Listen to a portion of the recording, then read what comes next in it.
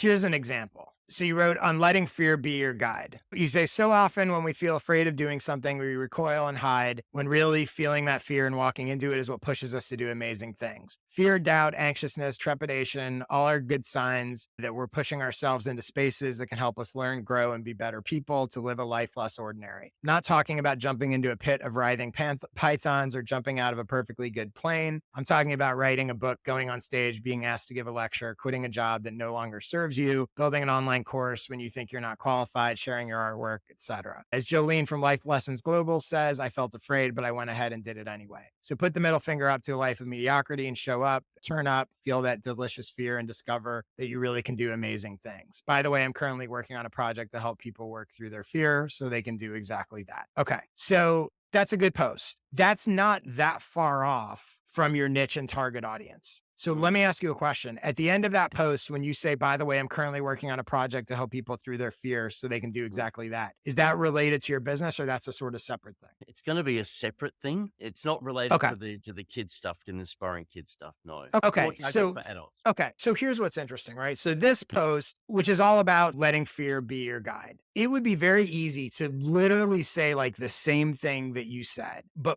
put it through the filter of your work.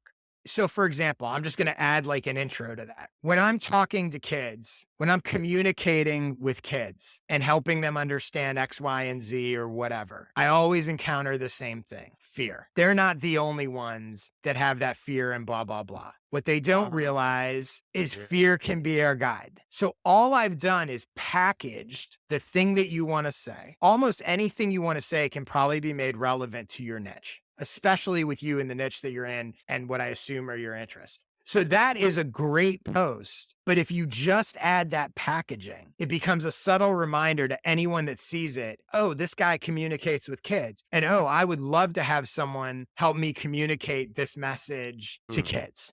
Once you understand that you can put anything, it's almost like a box, right? The niche is a box that you're putting around anything you want. I'll give you another example. I used to run social media for the Academy of Motion Pictures and the Oscars. Okay. I could take that exact post that you just have there if I wanted, and I could package it by literally adding something that's what's the difference between a great filmmaker and a mediocre filmmaker? They lean into their fear. Yeah. They understand that fear is our guide, blah, blah, blah, blah, blah, blah. It's the same thing. It's just themed to the audience that I want it to speak to.